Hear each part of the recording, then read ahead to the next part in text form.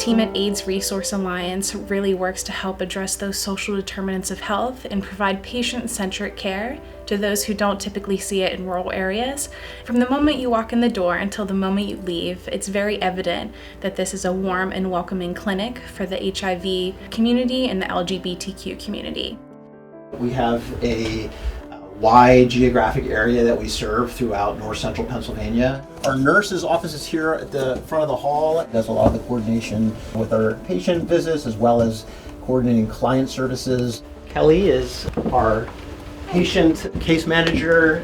She helps us kind of with sort of social determinants of health. She's really important in helping us connect our patients to resources for housing and food insecurity and transportation. And she's really a direct result of our grant from the AstraZeneca Foundation. We've been able to bring her on board. We're super excited to have her to help us with that. The organization sort of had its roots back in the 1980s. Really sort of started out as a support group and really as a way to help people who were dying of AIDS who had no sort of resources.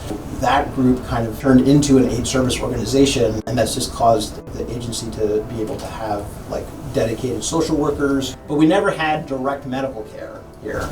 We're happy to have a place to be able to do our evaluations and our clinical assessments. We have the availability to do all the sort of basic kind of lab-based stuff like, blood glucoses, urinalysis. It's really great that we can do as much as we can for folks without having to send them anywhere else.